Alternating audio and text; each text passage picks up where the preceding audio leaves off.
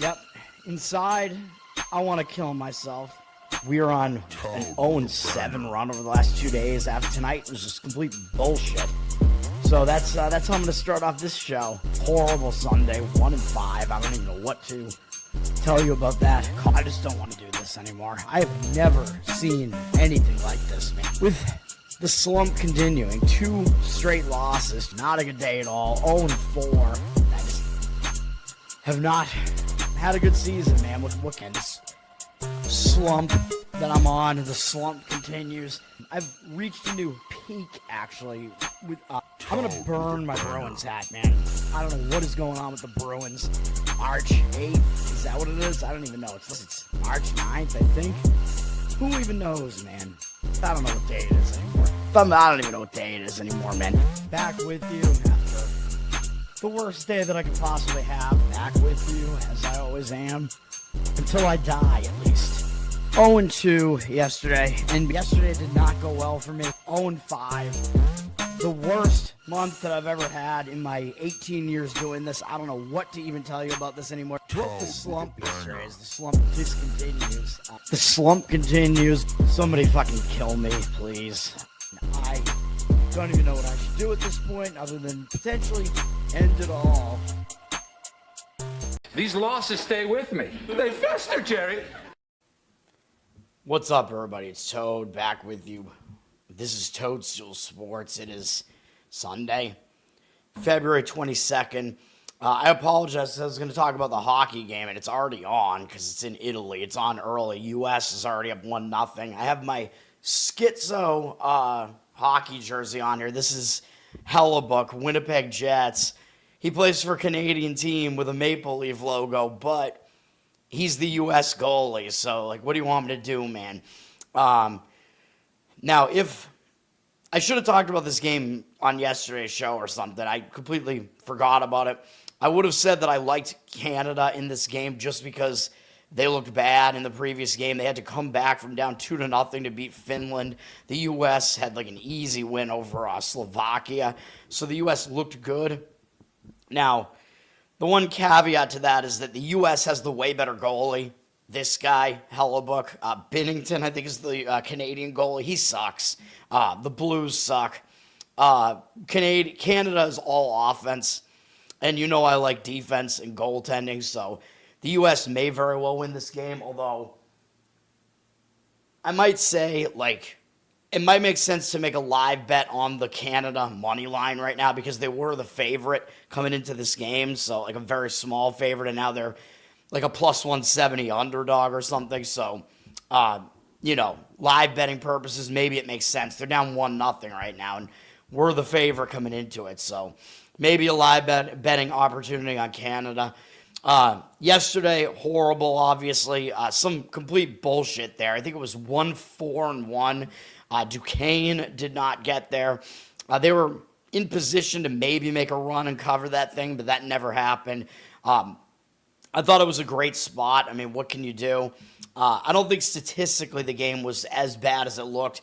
Old Dominion should have been a cover. I mean, that was a push for me at the 5. I'm sure a bunch of people didn't even get the best number on that, although you got to have as many outs as possible, man. Line shop. That line was 5 at some places. That should not have been a push, though. Old Dominion was winning the entire game, outright for the most part. They fell behind in the second half, and then they got back to within the number. They were covering late in the game, too. I think they were down 2 pretty late in the game, but they were winning outright at halftime. It looked good for Old Dominion for most of it. It was close to a wire-to-wire cover for them, and they pushed. That's some bullshit. Missouri State didn't have a good first half, but they did get within the number, getting close near the end. They were teetering right on the number for most of the game, so that wound up being kind of a toss-up. New Mexico State can absolutely get fucked. They dominated that game statistically. New Mexico State, they had 12 or 13 more field goal attempts, but guess what happened? They didn't go to the free throw line at all. Yet again, New Mexico State has another game, even though they're at home, they have another game where the other team gets to the free throw line way more than they do. It's so insane, dude. How can you be the team that doesn't get to the free throw line When you're the team that's up like 4 or 5 at the end of the game, I'm thinking, okay, they're going to get to the line a couple times here at the end of the game and cover this thing. No, didn't happen. They were up, I think they were up 9 at halftime, so that was looking pretty good. It was looking like they could run away with it. New Mexico State, they're never going to cover another game, dude, because they never get to the fucking free throw line. I don't know what is up with this team. So they won and they didn't cover, even though they completely dominated the game statistically. I'm fucking pissed. And then San Francisco also was a loser. I'm pretty surprised. I mean, they were hanging in there into the second half, and then they did not do well in the later portion of the game. I thought it was a horrible spot for Santa Clara. I don't know what that was. And then to make matters worse, I was right about like a bunch of the other games that almost made my card. Cincinnati, that was an easy outright win. UCLA with the outright win. UCLA became... I think it was only the 6th time this season that a team had given up a 20-0 run and still won the game. UCLA falls into that category, and they came back from like a 20-point deficit. I watched the end of that game. It was insane and should have been on my card, even though it looked like they were going to get run out of the building early. Yeah, and then I believe I was correct about the under in the Duke-Michigan game. I was correct about Duke. Houston, I don't know what to fucking tell you about that. Dude, you're an absolute fucking insane person if you actually thought that Houston was going to lose that game. They had all the momentum in the second half, too. They had swung the game in their favor. They were winning the game, and then they went on an 8-minute scoring drought, which is almost impossible. I think that's the first time they've done that in the Kelvin Sampson era, even though they're not known as an offensive team. 8 minutes without scoring is fucking ridiculous. They were 46-1 at home, by the way, on a 46-1 run in their last 47 home games, going all the way back to like 2 years ago. So yeah, that's some fucking stupidity. That's some bullshit. Let's get into today. I'm done with this shit. I'm going to have a few plays today. Oh, and by the way, Spreaker canceled my account for no reason because of spam. So I'm off the audio platforms now with this channel unless I find another way to do it, or I don't even know what to do, dude. I don't know what to do about that. I have to find another like uploading service, but then I don't even know how I would do that because I don't know. It would wind up having to be a new podcast on the audio platforms or something. It's absolutely insane that their automated systems can flag you as a spammer. What, am I the only person that posts an episode every day? Probably not. So like, what the fuck? Dude, I have no idea. Spreaker, and people use that to make money, and they have an automated system that will literally delete your entire account. And they might owe you money still because you monetize. It is so egregious. Fuck them. Fuck Spreaker. All right.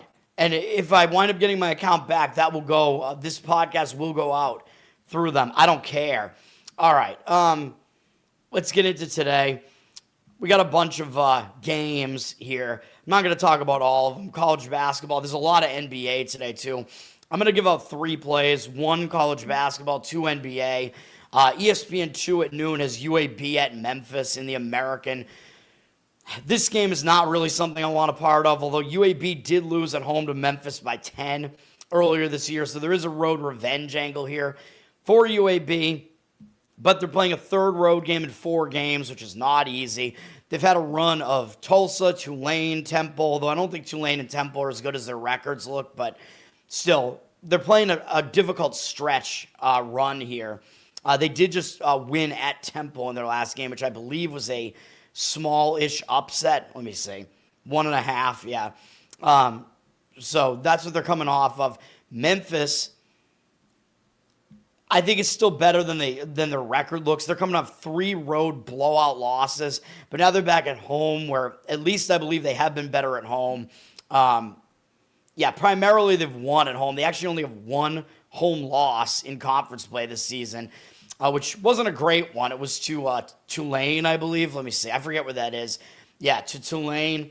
But on a 3-game losing streak, losing a couple of their most recent games in blowouts, I think there are some things to like about the Memphis side here, but the money is coming in on UAB in that road revenge angle. Memphis down from 5 to 4.5. 53% of the tickets on Memphis. 65% of the cash on UAB. I'm not so sure I totally agree. Looking at this line, do you really think the public is laying the points with Memphis? Even though I know they have the name recognition and whatever, but they have a below 500 record. UAB's record is way better. There's a reason why Memphis is laying 4.5. The odds makers are telling you they're actually the better team here. So I don't really think that the public would actually be on them. So a lot of conflicting indicators on that game. Act accordingly, which in my case is, we're not doing anything with that game. But I think the situation sets up a little bit better for Memphis. The number, seems to look really, really suspicious. And that would lead you to looking at Memphis as well. The one part of the situation that doesn't is the road revenge angle for UAB, like I said. And the market read is all over UAB. I don't get it totally, but, maybe the road revenge angle is that strong, but I'm not doing anything with that game. CBS Sports at noon, BU at Lehigh. BU is coming off a ridiculous win over Colgate. They almost won by 30 points. I think Colgate is just dead, dude. Colgate was coming off that huge game against Navy. I'm pretty sure where they fell short, and that was their one chance to stay in the running for the regular season title in the Patriot. Huge game for Colgate against Navy. So Colgate came out just as a completely deflated team. BU took advantage of it and had a massive blowout win that makes them look really good. But now they're going on the road to play Lehigh. They do have Holy Cross up next, which is a Massachusetts rivalry at the very least, although BU is the better team and already beat Holy Cross in Worcester earlier. BU did lose at home to Lehigh, though, earlier this year, so there is the potential they still kind of take Lehigh seriously here. But Lehigh is coming off a blowout loss to Navy. They looked horrible. I thought Navy might be in a letdown spot after Navy pretty much just sealed the regular season title. They don't really need to do anything at this point until conference tournament time. Lehigh got smoked in that game by 20 whatever points in that one. So you are looking at kind of similar to what I said with Illinois and UCLA yesterday. You're looking at two teams that were on opposite ends of massive blowouts in their last games. So whenever I see that, I kind of have to lean against the team that won in the blowout, which was BU. They're up from 1 to 1.5 here. I would probably take the points with Lehigh. Again, I know it's a road revenge angle for BU, but that's not everything. And when they're coming off smoking Colgate like they did, and Lehigh's coming off a ridiculous blowout loss, I would have to look towards Lehigh in that game, plus the small amount of points. CBS at 1 p.m., Ohio State at number 15, Michigan State. Ohio State is coming off a nice win, man, over Wisconsin, and they had a pretty tough game against Virginia the game before that. So Ohio State's playing 3 big games in a row, having to go out on the road for this. That was a pretty big win against Wisconsin. Although, you're probably going to have to get more effort out of Ohio State in these games because they're a bubble team. And I'm talking about, well, a lot of times these bubble teams are overrated, but when they're the lesser team and they're getting a ton of points, I don't really think they're overvalued, So if you think you're going to get an effort out of that team and they're getting a ton of points, then, it might make sense to lean their way. Michigan State coming off a blowout win over UCLA, but maybe more importantly, they have a huge game against Purdue on deck. So there is the potential they don't totally take Ohio State seriously. I know Ohio State's coming off a big win, so I don't really want them either here. Both teams are in bad spots. Michigan State does play slow, so there is the potential that, because of that, because they play slow and they're a lot better on defense than offense, that, it's going to be more difficult for them to cover a big number like this. Although, of course, they had no problem doing that against UCLA. Total is in the 140s, which isn't high. Michigan State dropped from 10.5 to 9.5 here. 68% of the tickets. 81% of the cash on Michigan State.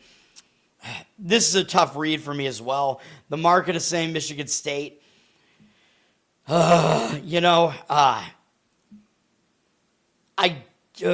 guess I'll lean a little bit towards Michigan State just because Ohio State is going to have to put in a massive effort in 2 straight games.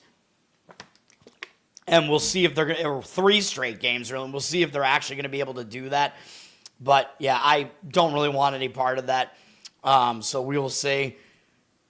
Zach, what's up? Thanks for hanging out. Yeah, well, the U.S. is also pretty gay. So, all right, let's see here. Iona and Merrimack, interesting game in the MAAC conference. Iona did just beat St. Peter's, which was a pretty decent win. They did beat Merrimack by 1 at home, so I guess debatably there's a little bit of a revenge angle here from Merrimack, but because that game wasn't really an outlier or anything, I don't think there's much of one. You could argue that Iona's in the letdown spot here, but I think they will still focus for a game against Merrimack. Now, for Merrimack, they've already clinched at least a share of the regular season title in the MAAC, and they're now 3 games ahead of the nearest team, St. Peter's, after Merrimack just beat Siena. So Merrimack, I think, could just be on cruise control here. So I think the letdown spot might be worse for them. They're coming up beating Marist, Quinnipiac, Siena in an overtime game where I thought Siena would cover that one, man. And when you're an underdog and you send the game into overtime, that probably tells you I was on the right side of that one. It wasn't a play for me, but I leaned that way. And they wound up not covering in overtime because they intentionally fouled and whatever. Some kind of bullshit there. But Merrimack got that huge win. So I would have to lean to Iona in this one, even though it is Merrimack's final home game. So, there might be that aspect of it where the home team gets up for their final home game, but they're laying 7.5, dude. I mean, this Merrimack team is still not a very proficient offensive team. They don't play fast either. 75% of the tickets on Merrimack, 51% of the cash on Iona. I do agree with that market read. I would lean towards Iona in that game, plus the points. Probably going to be a slow, ugly game. The Eastern time zone is clearly the best time zone. What the fuck are you talking about? You want to get up and have stuff going on at 9 a.m.? No. The Royals suck ass. Let's be real about it. Green Bay at Detroit Mercy. Green Bay won their previous game. They had a big upset against Oakland. Nice win for Green Bay, and that was without our man Doug Gottlieb here, who was suspended for that game because of bashing the refs. He'll be back in this game, and I'm not sure that's a positive, to be honest. Green Bay, I mean, they played a good game without him and upset one of the top teams in the conference, Oakland. Now they're playing a third straight road game. They're playing Detroit Mercy, who Detroit Mercy is not as good as their record looks. I know that is the case. They're not very good. But Green Bay did already beat them by 13 at home. Green Bay does have a revenge game against Youngstown in their senior day game next. So I see this as maybe an overlooked spot for Green Bay here, man. I would probably lean to Detroit Mercy here. Gottlieb being back might throw some things off for Green Bay. I don't know that it's a good thing. I mean, dude, if you win at Oakland without him, maybe Gottlieb should just not come back, even though Green Bay is actually having a pretty decent season. Detroit Mercy's won 3 games in a row. They're staying at home. They did beat Milwaukee in their last game. Not a huge deal, really, though. This is their final home game, in fact. So this is actually senior day for them. So I would lean to Detroit Mercy. The number is not agreeing with me on that. I don't know what's going on with that number. 94% of the cash on Detroit, 94% of the tickets, 91% of the cash. Wisconsin, Green Bay, flip from plus 1.5 to a pick'em here. So the money is disagreeing with Detroit in a pretty major way. They look like a public home underdog, but you got to be kidding me. You really think the public is coming in on a Detroit Mercy team that's sitting at 500 against a Green Bay team that's above 500? I don't agree with that. I don't think the public is coming in on Detroit Mercy. Definitely not to that extent. So that doesn't make any sense to me. I lean to Detroit in that one. I don't get it. Hindian, what's up? Kyle, what's up? Thanks for hanging out, everybody. All right. What other games that I want to talk about? Rice, Tulane. This game almost makes my card.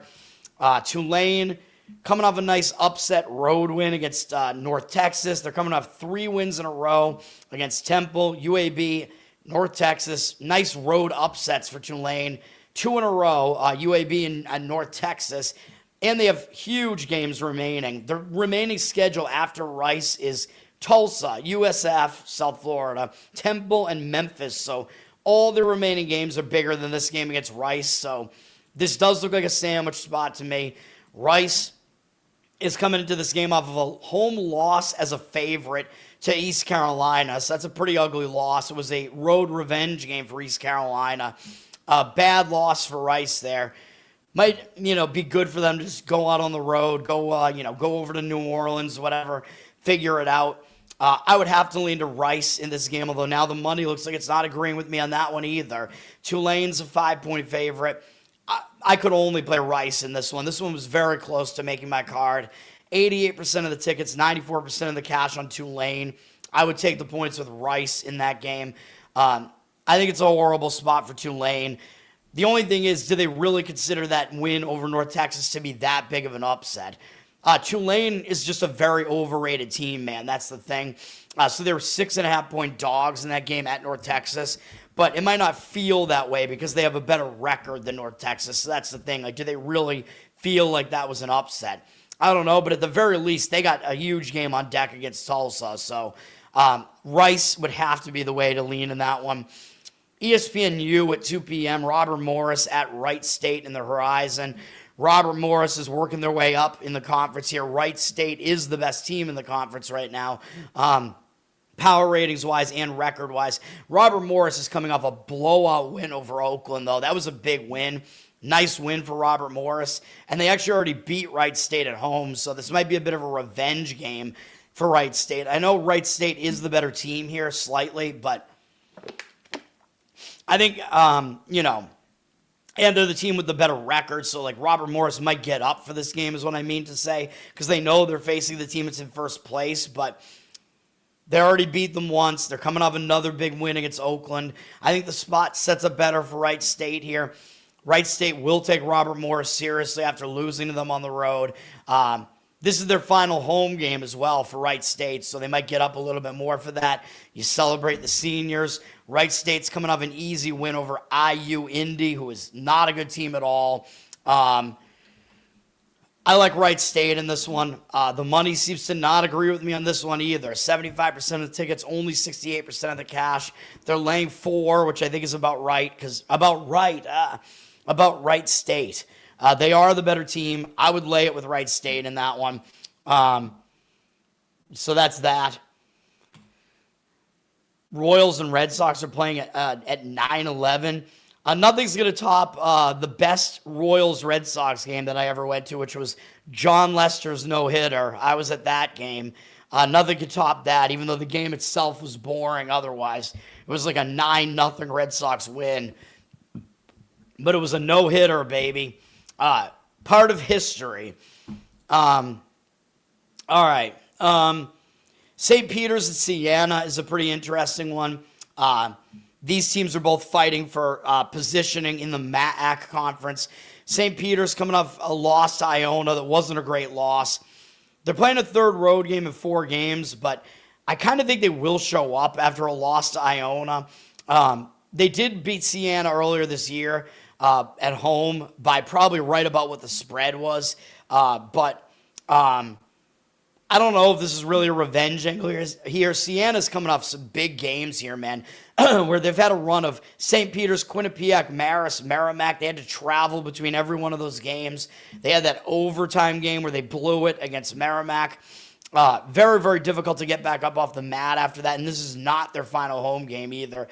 Still, you might consider it to be big because you're playing a team that's above you in the standings, but the way the scheduling sets up, I kind of have to lean to St. Peter's in this one.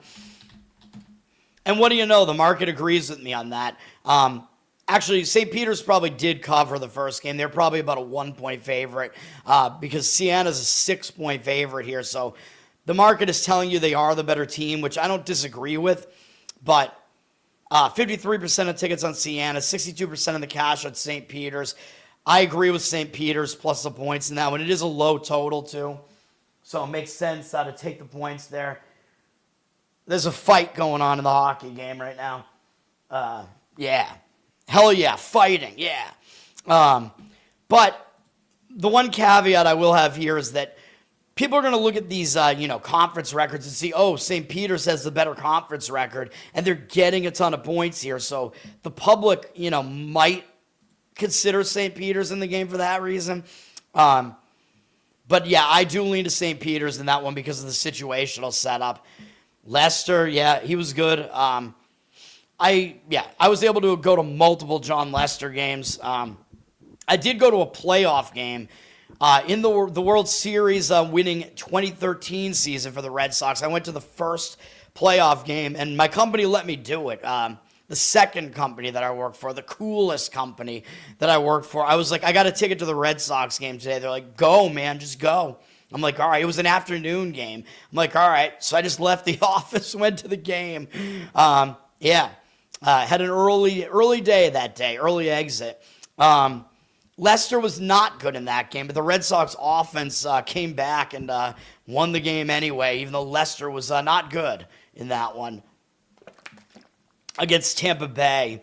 All right. Towson at Drexel, CBS Sports, 2 p.m. Eastern. This is interesting because if you look at the line kind of tells you what you need to know here. Like, the public's going to see that Drexel has the better conference record, and the overall records are similar, yet Towson is a road favorite. Well, why is that? It's because the odds makers are telling you Towson is actually the better team here. Drexel has overperformed. Towson's underperformed a bit. Towson, I think, is kind of one of those defensive teams that people don't like to the public doesn't like to bet on Towson, all right? Towson's had a week off. They last played against Monmouth, and they lost. They are playing a third road game in 4 games, which isn't that easy, but I think they might bounce back here. Now, they might take Drexel seriously as well because Towson, they were like 7.5-point favorites at home against Drexel and almost lost the game. So I think for that reason, they might take Drexel seriously. Fuck Firefox for putting all those fucking hints up there. I got to turn those off. Like, fuck you. I'm going to use your browser the way I've always used it. Suck my cock. All right. Drexel, they're coming off a win over Northeastern. Not impressive. Northeastern's been awful this year, but Drexel did play more recently in the middle of the week, and they're having to travel between those games. You might argue they have bigger games on deck because they have a revenge game against Campbell, and then they have Hofstra to finish the season. Their Campbell game is also their final home game, and then they have Hofstra, who is one of the best teams in the conference. So I do like Towson in this one, although the money seems to disagree. 69% of tickets, 84% of the cash on Drexel. I don't agree with that. I would lean Towson. They're minus 1.5. It would be money line for me on Towson. All right. Fox Sports 1 at 4. Oh, this is my game. Let's do it. Best bet.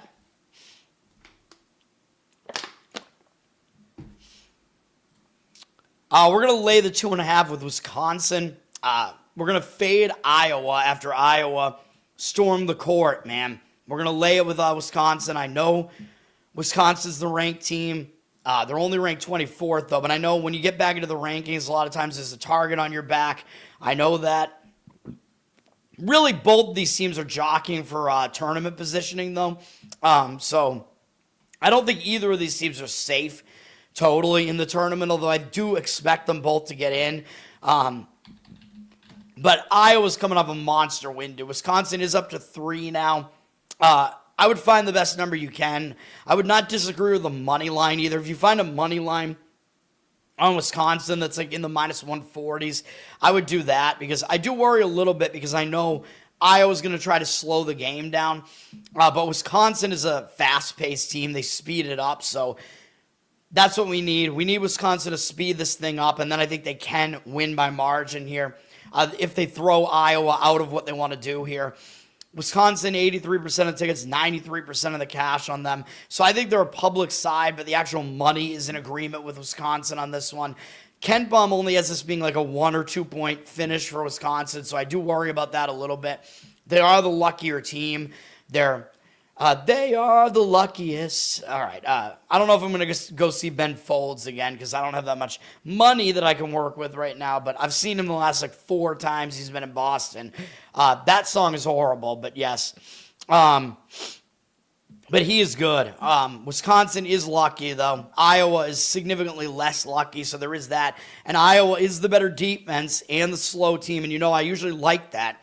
I like the defense. I like the slower teams. I like going with Ken Palm's luck index. But in this one, this is all about the spot, man. And Iowa stormed the court. They had a huge win over Nebraska, who is considered to be one of their primary rivals because they play them at the end of the season, too. That was a monster win for Iowa, dude. And now they're having to play a third-ranked team in a row. They're going back out on the road, where Iowa on the road, it's been really a mixed bag, dude. I mean, they played well against Purdue on the road, beat Indiana on the road, but they also lost to Minnesota on the road. They got killed by Michigan State on the road. They lost at Maryland. So, they're a roller coaster on the road. They did beat both Pacific Coast teams on the road, Oregon and Washington. Washington probably being the more impressive of those two. But yeah, Iowa's they're good, but they're kind of all over the place, and they're coming off a court storming. Where, by the way, I don't know what that was with Hoiberg. He took a swing at one of the Iowa fans who got close to the handshake line, which you probably shouldn't do as a fan, but it was, during the chaos of the court storm. But Hoiberg shouldn't have done that either. And then I think he's lying. He basically said that he was trying to, I don't know what he said. He was trying to take the fan's cell phone away because the cell phone was going to mess with his pacemaker. I'm like, okay, dude, does that mean Hoiberg doesn't have a cell phone? I mean, maybe, but it's such a crazy explanation. It makes no sense. I think he was lying out of his ass, to be honest, because that would mean that he can't have a cell phone, and nobody around him can have a cell phone. Makes no sense. Anyway, Iowa's coming off a huge win over Nebraska. I think they could be in a bad spot here. Wisconsin, I think, is in a bounce-back spot because they just lost pretty ugly at Ohio State. And Wisconsin was coming off some huge games leading up to that. Again, upsetting Illinois and then crushing Michigan State. So Wisconsin was kind of in a letdown spot there. I think they're in a bounce-back spot here now. They've been pretty good at home as well. They beat Michigan State here, like I said. The last bad game, really the only bad game they had at home, well, I guess you could argue the loss to Purdue, but Purdue's really good. They did lose to USC at home, which was kind of an oddity. But other than that, they've been pretty strong at home. We're going to go with Wisconsin here in this one, man. And hopefully they can win by enough to get that thing done. All right. The remaining games here, UTSA at Tulsa is on ESPN News. Don't know why. College basketball ends in the afternoon on Sundays, by the way. UTSA just played FAU fairly competitively at home, so I don't know what they're going to have left in the tank here. Third road game in 4 games, too. It's a big game still playing Tulsa, so I don't know. Maybe you'll get an effort out of UTSA. For Tulsa, the question is, are they going to put in enough of an effort to win this thing by margin? Maybe they will, because they're coming off kind of an ugly game against Charlotte, where they bounced back with a win. Tulsa's been playing not as well recently. They lost 3 games in a row, although to 3 competitive teams, South Florida, UAB, Wichita, 2 of them on the road. They bounced back with a win against Charlotte. Didn't cover, but that might give them some momentum coming into this one. They do have Tulane on deck, but I don't really know if that's that much of a cause for a look ahead. I don't believe they played UTSA this year. They're an easy team to overlook, though. So that's the thing, is how much of an effort will you actually get out of Tulsa here? They're up to a 22.5-point favorite. 75% of tickets, 78% of the cash. Based on the spot, I would probably lean towards laying the points in that one. But I don't want any part of it. And then we got ESPNU as FAU at North Texas at 4 p.m. FAU ended a 6-game slide with a win over UTSA, like I said. Not an impressive win, but kind of just like with Tulsa, they just ended a losing streak with a non-impressive win. So I think that's good because it ends that losing momentum. It could propel you forward. I don't believe they played North Texas this year, but they are playing a third road game in 4 games, which I guess isn't that easy. They're staying in Texas, but they're going from San Antonio up to Denton, which is pretty decent length of a trip there. North Texas did just lose at home as a favorite against Tulane, so they might be in bounce-back mode here. tough call here. The money is coming in on FAU. North Texas is -2.5. We know North Texas likes to slow the game to an absolute crawl. Like not quite as slow as they used to be, but still really slow. FAU tries to speed the game up, so there is a pacing disparity here. The money is coming in on FAU, though, for what it's worth. 56% of tickets, 88% of the cash on FAU. I don't have a good read on this game at all, but the money is saying FAU for now, although North Texas might be able to frustrate them by slowing it down. I think both teams are in positive spots, but I do agree that FAU is the slightly better team there. All right, I'm going to go to NBA in a second. I will take a quick break. I'll be back. We're going to have 2 plays here in the NBA. I'm going to try to get the whole board up here. I think this is the whole board. Yeah, Cavs Thunder, I think, is the first game. All right, I'll be right back.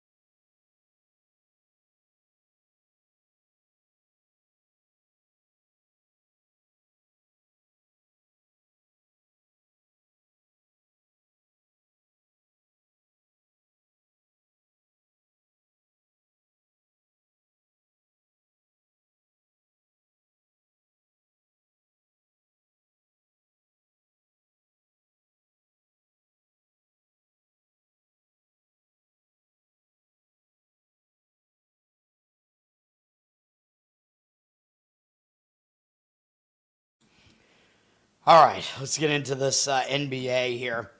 Cavs Thunder.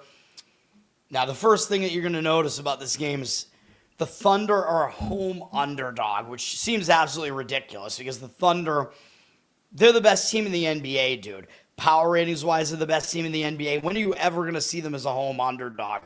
Probably never. And this is because of injuries, of course. SGA is out. Caruso looks like he might be out. But is that enough that the Thunder should be a 4.5-point home underdog? I don't really think so. I mean, I know the public is probably going to look at this and actually want to take the Thunder, but this line, there's no way that I could lay this with the Cavs. Like, this just seems really, really ridiculous. It seems like the line is just way out of whack here. I know it looks suspicious, but I just think this line has moved way too much in that direction. And I think it's because of recency and because of injuries.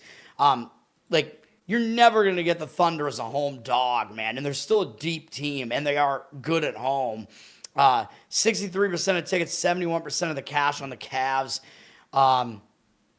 Taking a look at the scheduling, the situational setup. This is at 1 p.m. on ABC, by the way.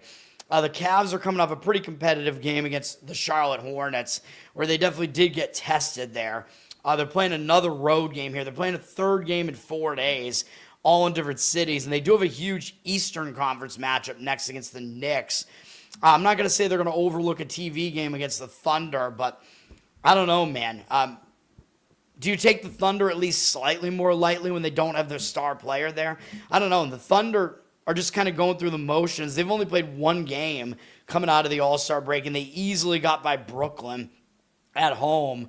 So I don't know, man. They had a much, much easier game. So the Thunder have like a rest advantage here, I would say, and they have a travel advantage here. So I don't really like the Cavs in this one, man. I would probably lean towards taking it with the Thunder in that one, even though the line looks absolutely sus, but we know why.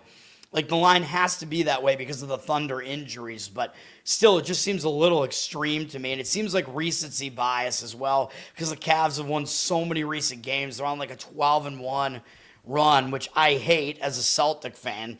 Fuck the Cavs. Brooklyn at Atlanta. This is a miserable game. Brooklyn came out of the All-Star break and lost 2 games already, actually. They lost at Cleveland and at Oklahoma City in blowouts. Those are back-to-back nights, and now they're playing a third road game in 4 games, which is not exactly easy. although they're stepping down in class to face Atlanta at least. Cleveland and OKC are both way better than Atlanta, obviously. Atlanta lost coming out of the All-Star break as well. Actually, no, they beat Philadelphia first, my mistake. Then they lost to Miami on the back-to-back to a much more rested Miami team that had Hero back. So Atlanta is coming off a blowout loss, and they are staying at home. I think the spot actually does set up better for the Hawks in this game. The money is not agreeing with it, though. They're up to a 9.5-point favorite, 82% of the tickets and only 69% of the cash. So the money looks like it's signaling on the Nets here. I don't really love it, though. I kind of lean the other way in that one. I think Atlanta probably gets the job done. Really, I don't think they lose the game outright, at least. I'll tell you that. But it's a tough read. Toronto at Milwaukee. Toronto just beat Chicago the other night on the road. Not a horrible win there. Giddey was back, but Giddey... Dude, I told you... Dude, I forgot to mention the Bulls last night. That's right. I forgot to rant about the Bulls. The Bulls were winning the game at the end of the first quarter.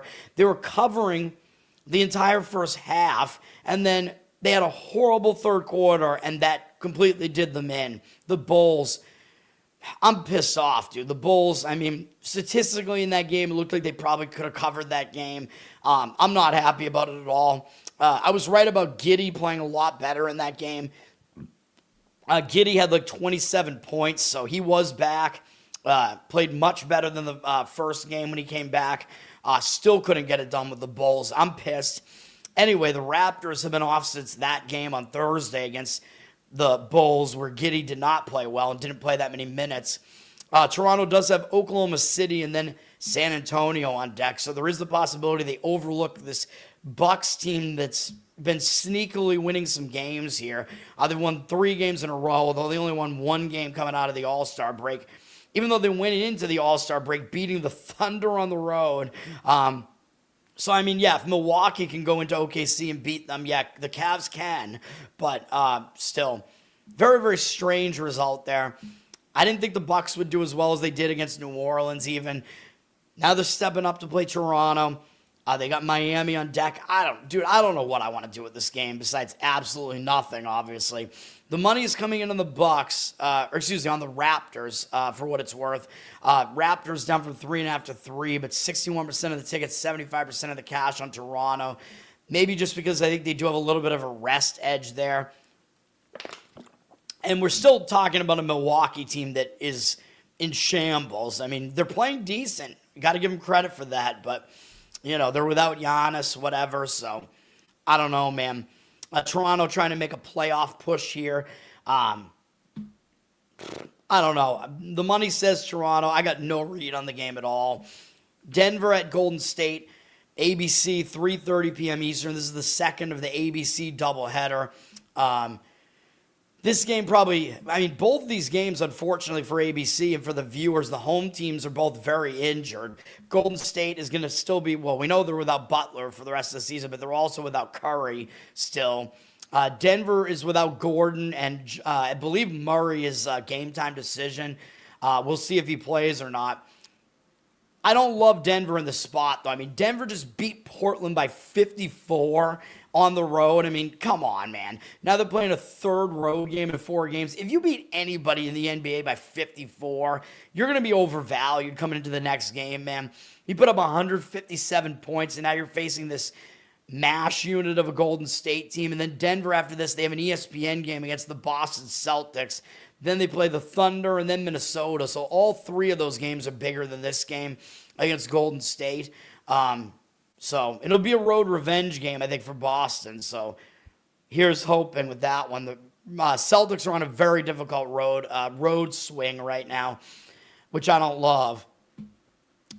Golden State, they did just lose to the Celtics coming out of the All-Star break, and that game was way out of hand. The Celtics packed it in early in that game, man. The game was completely over. The Celtics were up by almost 30 in that game. They only won by 11. I think the Celtics just completely stopped playing pretty much, which is what they do. It's not a good thing because you can backdoor the Celtics because when they get up by a huge margin, they just stop trying. The Celtics do make huge comebacks when they're way behind, though. So I don't know. But they will blow big leads. But anyway, Golden State did lose by double digits. They haven't played since Thursday. They're staying at home. I got to like Golden State in this one, man. It's not on my card, but the Nuggets are up to a 6.5-point favorite because of how injured the Warriors are. We will get Jokic from the Nuggets in that game. He is playing. 87% of tickets, 86% of the cash on the Nuggets. They're a very public side, and why wouldn't they be? With the Warriors being very injured and the Nuggets putting up 157 in their last game. But, yeah, I mean, that's something you got to just fade if you're going to play the game.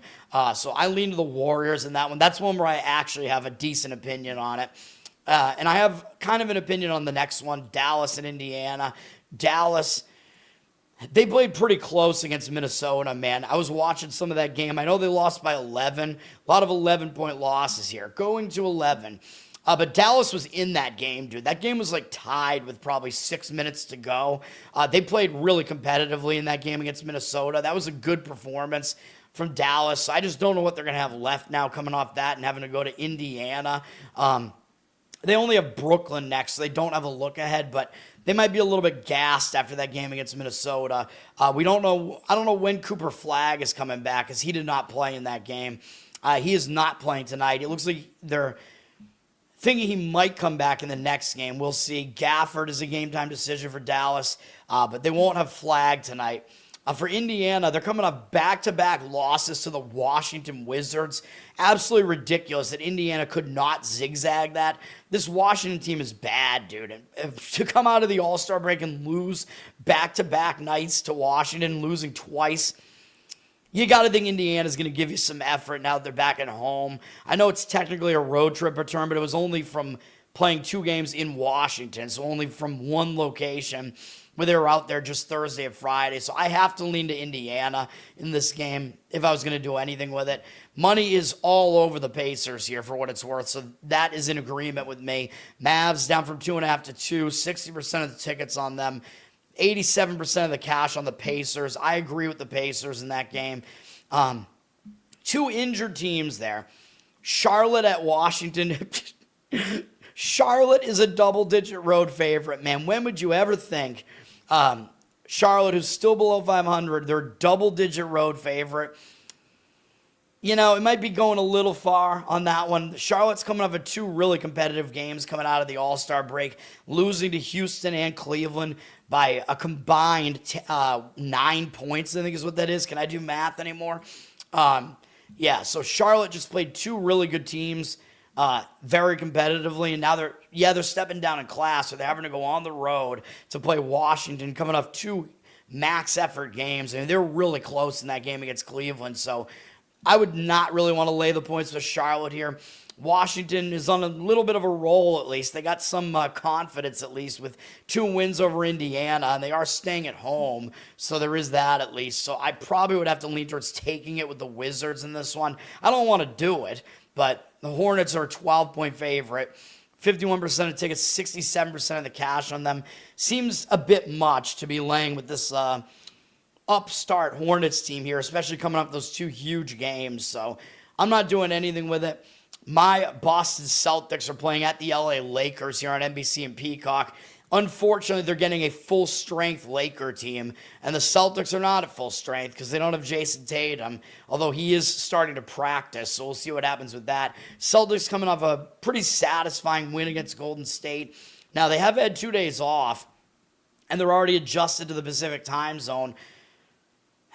You know, they're gonna get up for a game against the Lakers, yeah, and you know you're getting the better defense with the Celtics here. Lakers, the one thing they don't do well is defend, but the Lakers do have a full team here. The Lakers, I don't know what happened in that game against the Clippers, because I saw that game like midway through it. I had it on for a little while, and they were blowing the Clippers out, and then they only won by 3. So I don't know. That result doesn't look good, but they might have started looking ahead to Boston. I thought the Lakers were absolutely going to cover against the Clippers. Shocking that they didn't with the lead that they had in that game. The spot does set up better for the Lakers here. They're staying at home, coming off a kind of lackluster result there. Celtics looked a lot more impressive in their win on the road at Golden State. Celtics are a 2-point favorite here, so the odds makers, they're really telling you, you know, that the Lakers just aren't that good, and it's mostly because of their defense. So odds makers are telling you the Celtics are good enough that they're a road favorite without Jason Tatum against a full-strength Laker team, which is crazy. But the Lakers are getting the money. 54% of tickets, 82% of the cash. I don't disagree with the Lakers in that one, unfortunately. I'll root for the Celtics, but it remains to be seen what they can really do in this one. It's a very clean handicap in that one. Like I said, the only player on the injury report is Jason Tatum. So, all right. Philadelphia at Minnesota. We'll see if Joel Embiid plays for Philadelphia here. They've lost both games out of the All-Star break. They're looking not great right now. They'll probably make at least like the play-in tournament, but Philadelphia is not going far this year, man. Paul George will come back at some point, I think, prior to the playoffs. He is suspended right now, so he's not playing. Embiid might play in this game. He did not play in the game against New Orleans. So Philadelphia, they came out of the break. They lost at home to Atlanta. They lost on the road to New Orleans. Those are ugly, ugly losses, but at least after that, you might get an effort out of the Sixers coming into this game against Minnesota. Although Minnesota's coming off kind of an iffy performance against Dallas as well, where they didn't really play that well. Coming out of the All-Star break, I think they might have been a little bit cold. They finally turned it on late and beat Dallas by double digits, but that game was close. So will they put in a better performance here? They might. The money is coming in on the T-Wolves. They're an 8.5-point favorite. 56% of tickets, 59% of the cash on the T-Wolves. I know earlier in the season the T-Wolves did have their struggles against winning teams, but, I guess I'll probably agree with the market and lean towards the T-Wolves there, but no strong opinion for me on that. I think both teams will give you at least an effort there, and we still don't know if Embiid is going to play or not, but what else is new? Oh, boy, we got a tied hockey game in the third period over there. I told you, man, you could have money-lined Canada when they were down 1-0. Would have been a nice little steal, perhaps, there. All right. Next up, we're going to go right back to exactly what we did last night and take the Chicago Bulls. I left the banner in the system, 10.5. Now, the odds makers are telling you the Knicks and the Pistons are both equally good by lining them the same at Chicago. And I still think the Knicks are slightly better than Detroit. But I still think this is a spot play where you just got to fade the Knicks here, man. Both these teams are on back-to-backs, but look at what the Knicks did last night, dude. Coming off a big game, at least emotionally, against Detroit where they didn't play well and lost. They had another really bad game for most of the game against Houston. Well, early on, the Knicks were winning against Houston, and then Houston had a massive third quarter, pretty much, or middle of the game.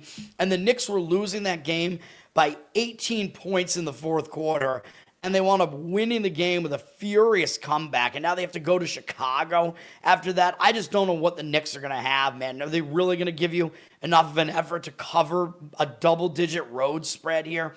After those two games and after doing that against Houston last night in a massive comeback. And what makes it worse for them is they have a monster game on deck against the Cleveland Cavs, which is going to be a big Eastern Conference matchup there on Peacock on Tuesday. So this is a sandwich spot for the Knicks here, man. I know the Bulls played last night, but they're staying at home, and they packed that thing in early, man. Giddey gave us a good performance last night. Like I said, he put up 27. The Bulls, they played well for a half, and then they collapsed. They still only missed the cover by like 5 points. So, take that or 6 points, I guess. So take that for what it's worth. But the Bulls are staying at home here. So they are going to be the less traveled team. They still haven't won since January 31st. So I think you're going to get an effort out of the Bulls here at the very least. They'll be the less tired team because, again, look at what these two teams did last night. And I think both teams played around the same time of night, too, where the Knicks had to put in a massive effort late in their game, whereas the Bulls were basically done at the end of their game. So they did not put in a huge effort at the end of their game. You know what I mean? So the rest advantage, I think, does go to the Bulls. They're not having to travel here. And as I pointed out yesterday, the Bulls, even with last night's loss, they're still above 500 at home. And the Knicks, by the way, they're 500 on the road. They are much better at home than on the road. So we have a huge home-road split here where the Bulls are way better at home than on the road, and the Knicks are actually horrible on the road compared to what they are at home. So the Bulls' home record is actually better than the Knicks' road record, straight up, believe it or not. So we will take the Bulls yet again. The money looks like it's disagreeing with me, and I don't know why. 52% of the tickets on the Bulls, 64% of the cash on the Knicks. I clearly do not agree with that at all. So we will take the Bulls. 2 more games here. Portland at Phoenix. This is the other best bet. Let's do it.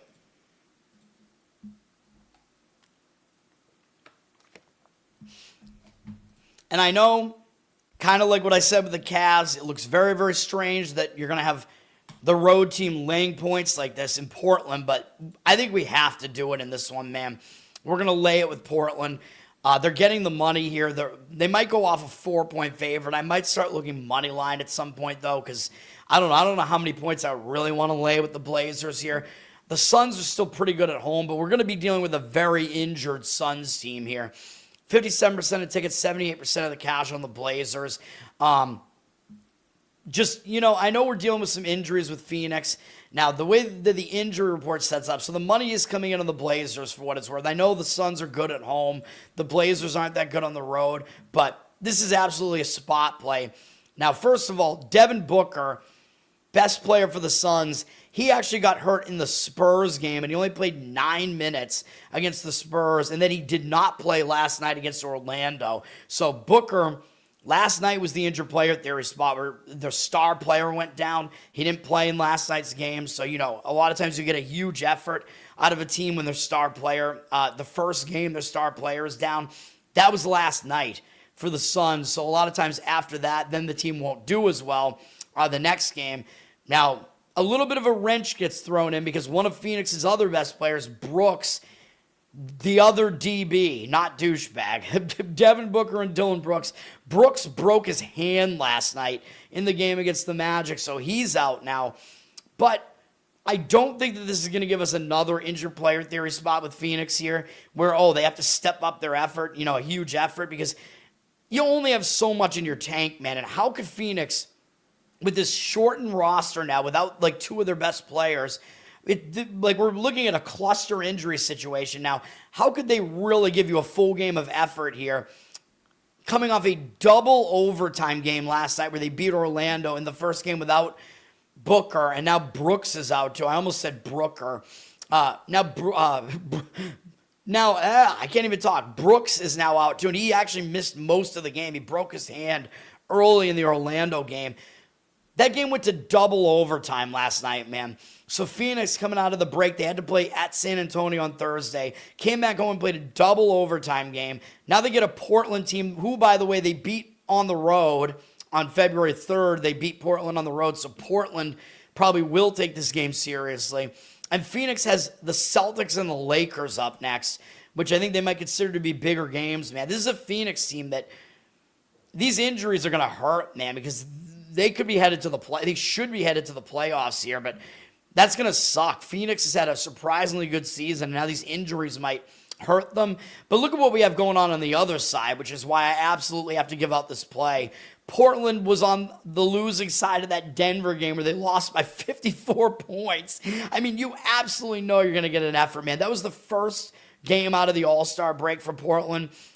They went into the All-Star break on a pretty positive note. So I think they just were completely cold. They just did not have it out of the All-Star break. But when you give up 157 points and lose by 54, you got to know that team's going to give you a much, much better effort in the next game.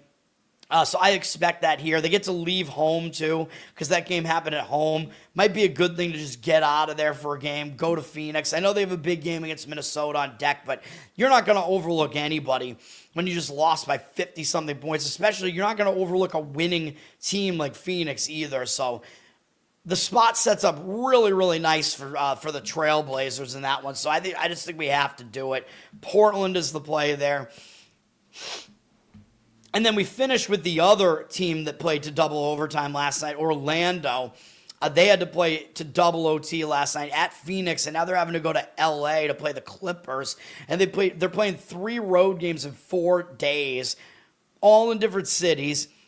Changing time zones, I believe, actually, for the Phoenix one. Although I don't know, I don't think time exists in Arizona. But they played 2 overtimes last night, dude, and now they're having to travel. And they got the Lakers, Houston, and Detroit all on deck. Pretty bad spot, in my opinion, for Orlando here. Don't know what they're going to have left. But the Clippers, I don't exactly want the Clippers right now either, because they did make that huge comeback against the Lakers. They played 2 big games coming out of the All-Star break. But, man, they beat Denver in the first game, and then they came close to the Lakers, their primary rival, in the next game. So I just don't know if the Clippers are really going to have that much left in the tank, although the better thing for the Clippers is they didn't play last night and they're not traveling. They're staying in LA. They've been in LA for the entirety of that stretch after the All-Star break. So the spot is still better for the Clippers. I would still lean to the Clippers here. I would lay it with them if I was going to play it. They're down to a 2.5-point favorite. 61% of tickets, 58% of the cash on the Magic. Don't know what really moved this number, because the Magic, we know they're still without Franz Wagner. He's been out for a while. He's not coming back for a while. Suggs, last I saw, was a game-time decision, and I believe Suggs didn't play last night. I'm pretty sure he did not in the Suns game. So if the Magic do go with Suggs, he will at least be fresh tonight. And he is their second-best player with Wagner not there. But yes, the Magic are a public side. 61% of tickets, only 58% of the cash. The public doesn't really like the Clippers because they don't have a good record. So I do lean Clippers in that one. That's going to do it, man. The plays today, one more time, are Wisconsin in college basketball, minus the points. Or if you can find a good money line, you could go with that too. Bulls plus the points in the NBA, and then the Portland Trail Blazers minus the points. Let's get back on the winning side today, man. Let's do it. Get some wins today. Let's watch the end of this hockey game. It seems like it's going to come to a crazy conclusion. I don't know. Is it still tied? I don't know. I have my schizo uniform on for it with the Winnipeg Hellebuck here. Plays for a Canadian team, but he plays for a Canadian NHL team, but he's the goalie for the U.S. because he is an American man. So there you go. I don't know. I'll watch the end of the game, though. I feel obligated to do it. That's going to do it, man. Learn to Toad on Instagram. Learn to Toad on Twitter. You can go subscribe to me there. It helps me out, man. Throw me some support. Subscribe to the channel here. Give me good replies here on YouTube. Somebody disliked my video the other day, man. Give me a break. You try to do what I do, baby. And then what else? I would say I'm on the audio platforms, but I got to deal with Spreaker right now, deleting my account for spam just because I put out an episode every day. So I got to figure that shit out. So I might still be on audio. I'll let you know, I guess, tomorrow. Covered in Uke is my Uke channel on YouTube. You can check that out. Patreon.com/LearnToToad, and you can give me some support there. And then learn to Toad again. Yes, Learn to Toad. Losercast is what I meant to say. Something with an L. Losercast will be back on Tuesday. I believe we will have another guest. Actually, I don't know. There's some banter about other guests. I don't know if we will on this one, but we will have another episode on Tuesday night. That's going to do it. I appreciate it, guys. Peace for now. Let's get some wins. Go hockey.